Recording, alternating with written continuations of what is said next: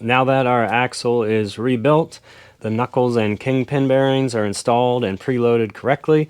We have brand new universal joints in our axles. We are down to the final few steps to having a complete front differential. The next step is an exciting and satisfying one. We're going to put the axle in.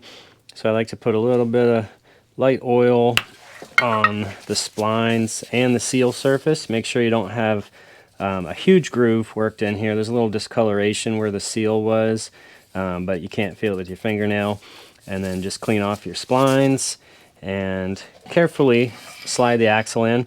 If you put a little bit of down pressure on, it will raise it off the bottom so that you're not banging into the seal. So you'll feel it kind of hit the housing. And then if you just kind of put a little down pressure on and turn it, it'll slide right in. And I can hear the spider gears in there spinning. You can just let that rest, and this one's in and ready to go. Up next, we're going to install the spindle. If you're reusing your old spindles, take a look at the bushing here. They have little grooves cut in them to help lubricate, and just make sure it's not worn in a obvious fashion. If you do need to replace that inner bushing, you can buy them separately and you just drive it out and press in the new one. Quite simple. Put a little oil on this bushing surface. And I take the spindle and I don't put any sealant on these. I just wipe a light coating of grease on the shoulder, on the face, and then this is a thrust surface, so make sure you have enough grease or oil on one side or the other. I like to put a little bit on both and then just slide it right on. It's completely up to you where you put this groove. You are limited to where the hole spacings are, so you kind of just have to pick one. I like them both to be the same. I've found having it pointing straight up is easier so that in the future when you're working on it, you know exactly where it is. So we're not using the bolts to draw this in. I'm simply threading a bolt in to help me line the holes up, because if this is hard to get in there, once you get it in, you're not going to be able to spin it, and you definitely don't want to put pliers or pipe wrench or anything on this and try to turn it. So it's important that the holes are lined up before you pound it in. These are hardened steel, so you know, use your judgment. A rubber hammer is best, so if you can just hit it with rubber and get it to tap in. A brass hammer is also fine. Just don't hit the bearing surfaces. Hit out here on the edge and just tap it in nice and straight. I don't like to use the bolts to draw it in because you risk stripping out these holes or creating a big burr. It should go right in by hand, and if it doesn't, just tap it. So you can see I'm just kind of lightly tapping it with a rubber mallet, and it's going right in. Okay, so I could hear the sound change. I saw the gap close up. This one's in. Now I can put a couple bolts in and pull it together nice and snug, but we know it started in. My bolts turned by hand, and we're good to go. Here's what it looks like. I have all 6 bolts in. I'm using very short fine thread bolts. I'm not covering the brake installation, so this is just going to be a mock-up assembly with the bearings and hubs. When this goes back to South Carolina, they're going to install the backing plates and brakes. If you were doing a disc brake conversion, you'd have different hardware for that. So just when you're ordering your parts, if you need a new hardware kit for here, talk to Jason or look on the website, and they have all new hardware kit for the kingpins, for the knuckles, for everything, and the wiper seals in the back as well. These are all fine thread, high quality bolts. You want to make sure they're the good stuff. Now it's time to install the wheel bearings into the hub. So I have a brand new hub here from Kaiser Willys. This is a reproduction original style hub. I'm going to put the wheel bearing outer races in them. On the Dana 25 and 27, the inner and outer bearing are both the same bearing. So the part numbers for the races are the same, so you don't have to worry about mixing them up. So you just take the race. Remember, the cone gets narrower as it goes down like this, and just pick a side. Make sure you get it down in there nice and straight. And then I just use my brass rod and tap it down in until it seats all the way to the shoulder. One trick to getting it started, because if you're just tapping it with a rod like I am, it'll have a tendency to spin like that in the housing. So once you get it just in there flat by hand, you can take an old bearing race that you don't care about and set it there and put a socket or something else metal on that, and that'll really help you get it started square in the housing. And since the first portion of this bore is not a press fit, the old race will just pop right out. Just make sure you don't go down so far with the race that this starts to get pressed in, because then it's going to be a real bugger to get out. So now I'm just alternating sides as I tap it down in.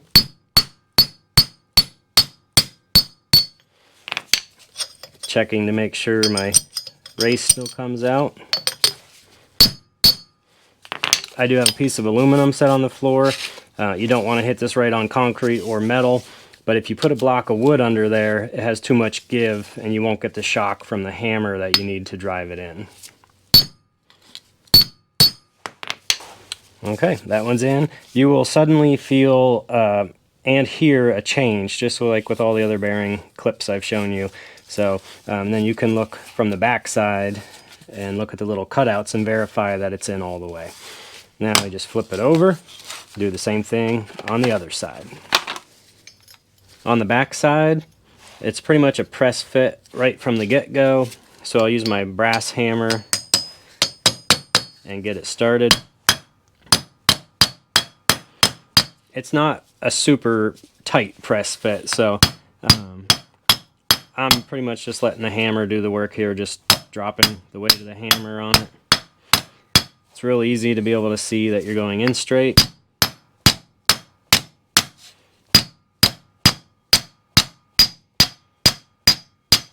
Once I get to the edge, I'm going to switch over to this little setup I used on the other side.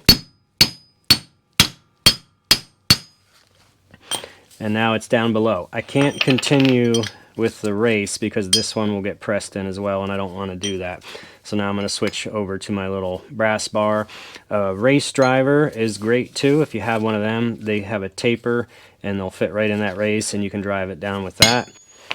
Okay, so I just alternated one side and then the other. The brass won't hurt that race, and you can look from the back side and I can see it's all the way down. So this hub is ready for studs, grease, bearings, seal, and installation. Before I get everything greased and assembled and the seals in, I like to take the bearings and make sure they slide on.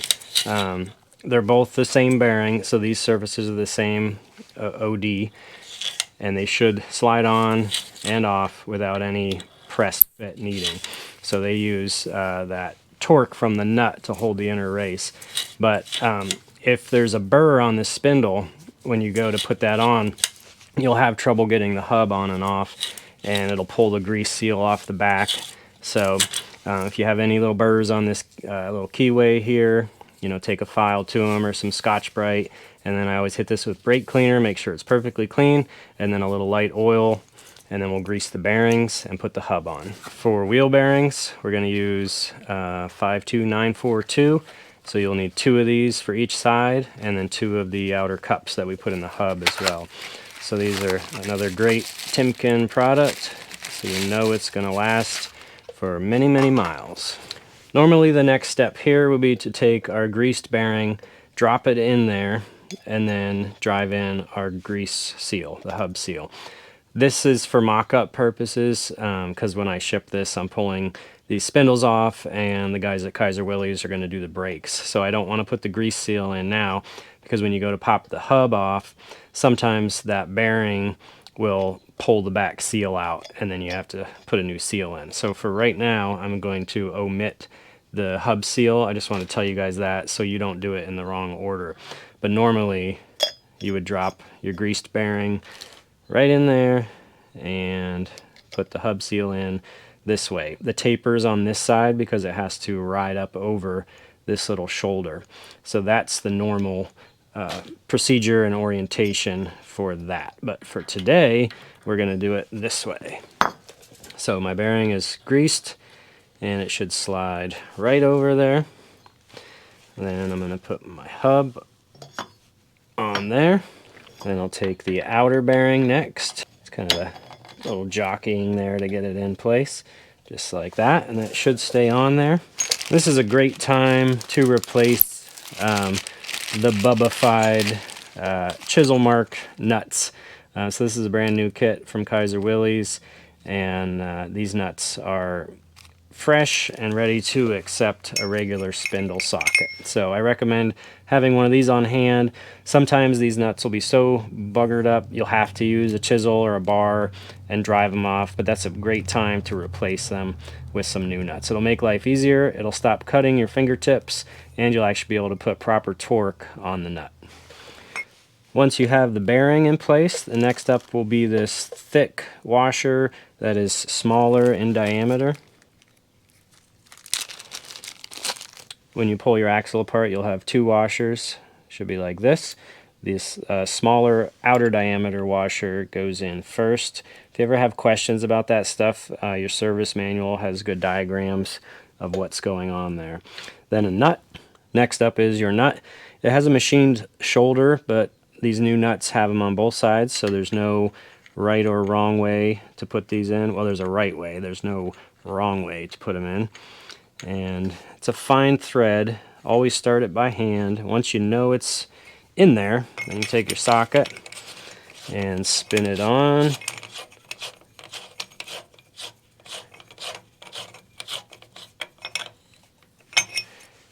Everything should turn nice and free, so I'm just hand tight right there. Feels beautiful, as it should. Brand new bearings. So I just begin to apply torque, occasionally spinning the bearing. So right now the drag has not changed at all, so we're putting preload on these bearings. So I just kind of keep turning it just a little bit at a time until I start to feel the drag increase. So very minimal increase so far. I've maybe gone one flat. New bearings, I like to make them a little bit tighter than a used bearing. Okay, so now I'm starting to feel some drag.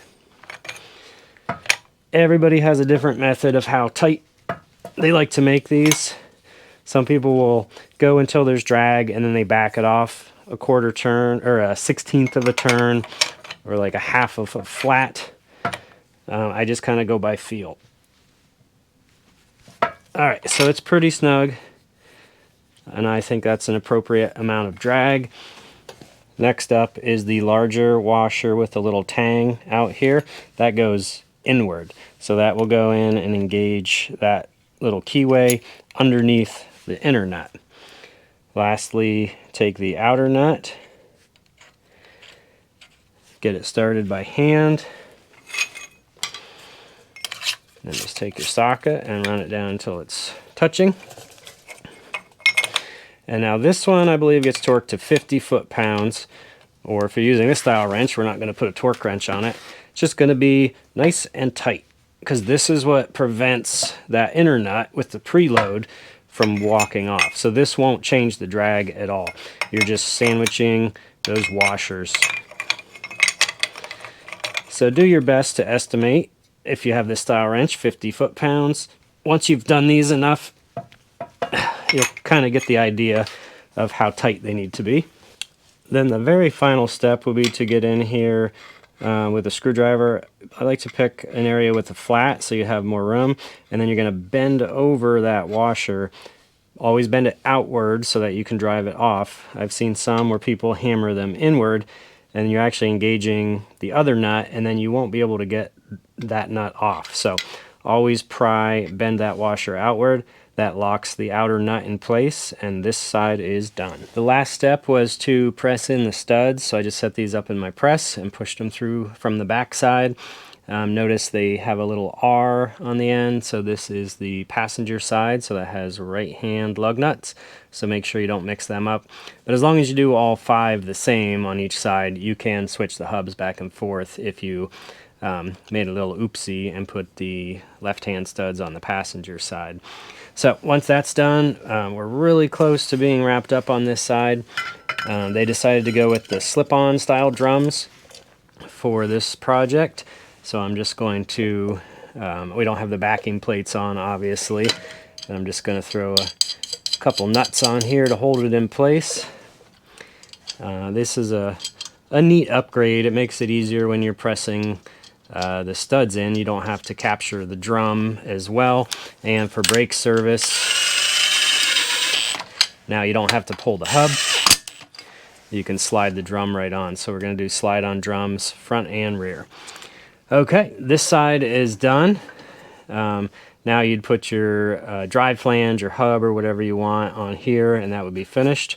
But we have the kingpins done, the wheel bearings, axles are in, everything's good to go.